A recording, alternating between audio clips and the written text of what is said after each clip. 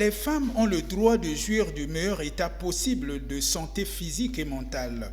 Force est de constater que certaines pathologies comme le cancer du col de l'utérus devient un véritable problème de santé publique.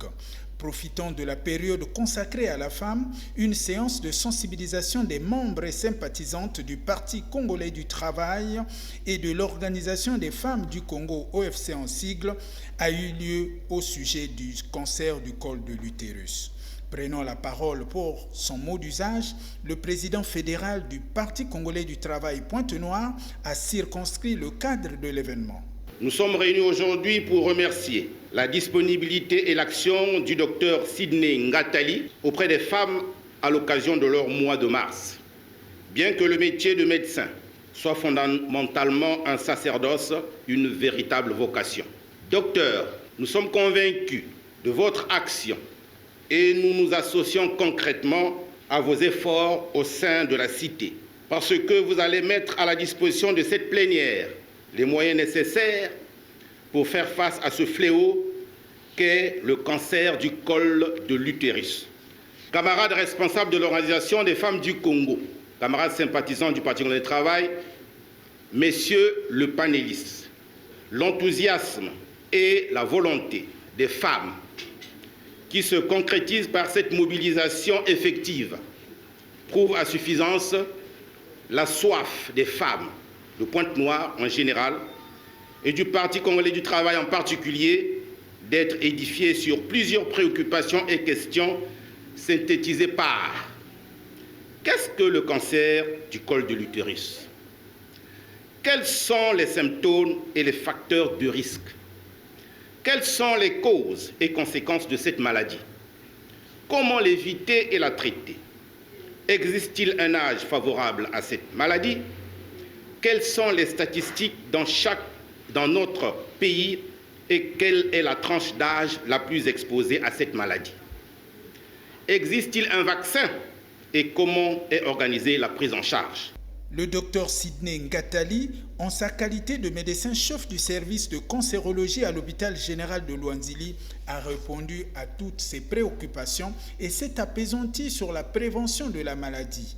Il a invité en substance les participantes à se faire dépister à temps pour éviter les complications qui peuvent en découler. L'étape des questions-réponses a permis aux femmes de mieux cerner presque tous les aspects pratiques du cancer du col de l'utérus. Vous avez suivi avec beaucoup d'attention les conférenciers qui ont parlé tour à tour, ils ont fait leur exposé en ce qui concerne le cancer du col de l'utérus chez les femmes. Ils ont parlé de généralité, pas seulement chez les femmes, même aussi les hommes, le prostate aussi, le cancer du prostate, ils ont essayé un peu d'aborder dans ce sens-là. Nous nous sommes dit que les conférenciers étaient à la hauteur de ces conférences. Et quand le conférencier nous détermine comment la femme est, c'est-à-dire en commençant par le corps de la femme jusqu'à nous expliquer les causes que les femmes peuvent atteindre le cancer, nous nous sommes dit qu'ils étaient à la hauteur de leur exposé.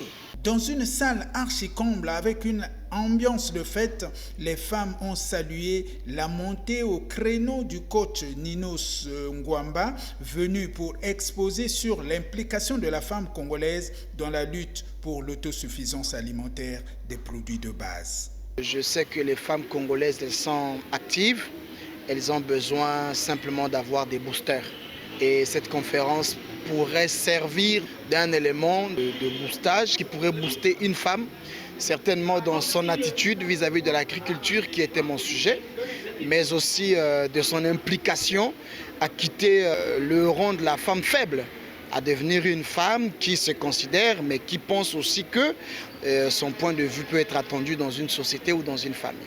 Le conférencier a parlé du parcours de la majorité des femmes qui est entravé par la persistance des barrières qui les empêchent d'acquérir leur autonomie économique et de gagner durablement de quoi vivre et faire vivre ce dont elles ont la charge. Il a été noté que les obstacles juridiques et les coutumes empêchent les femmes d'accéder à la terre, aux ressources naturelles, au capital, au crédit, à la technique et aux autres moyens de production. Dans les administrations, les écarts de salaire freinent leur progrès économique.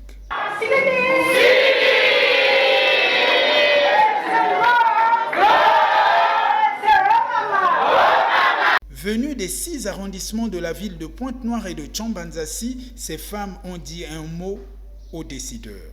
Nous, femmes du Parti congolais du travail, des organisations affiliées, OFC et FMC et associatives, réunies ce jour 16 mars 2019 dans la salle de conférence Marien Ngouabi, à la permanence du Parti congolais du travail, à l'occasion de la sensibilisation sur la prévention du cancer du col de l'utérus, recommandons à la direction politique nationale de faire le plaidoyer auprès du gouvernement de la République afin d'intégrer dans la politique nationale de la santé la prise en charge du cancer au même titre que les autres maladies.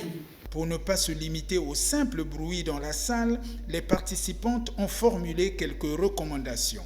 C'est donc ici et maintenant le lieu de rendre un vibrant hommage à nos éminents orateurs et experts pour les éclairages apportés à notre vision désuète et lacunaire sur cette horrible pathologie du cancer en général et celui qui touche une partie intime et vitale de la femme, qui est le col de l'utérus en particulier. Cela appelle de nous, femmes politiques et associatives, une réelle prise de conscience et une réelle implication dans la mesure où, par notre morphologie, nous tenons, portons et donnons la vie à tout égard. Point donc n'est besoin de reculer, encore moins d'abandonner notre combat qui, du reste, est légitime. Allons sans complexe jusque dans les zones et confins de nos quartiers, bouter le cancer hors de nos environnements, tout en nous mobilisant pour une sensibilisation effective.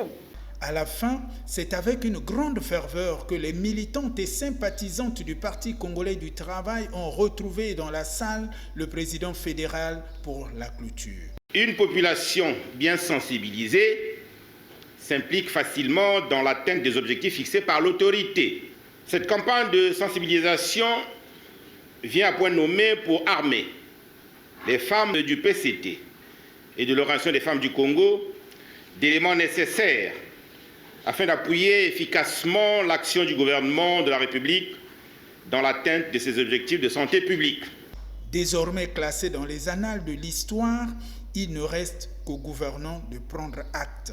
Au niveau de la volonté politique, il faudrait que le politique ou les politiciens essayent d'être plus regardants, mais aussi de quitter un peu les zones de confort. Nous sommes dans un pays qui demande assez de techniques et beaucoup d'implications sur le terrain.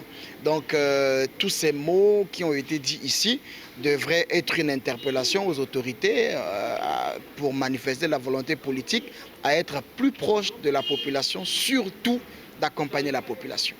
C'est une véritable démonstration de mobilisation de celles qui font l'histoire du monde.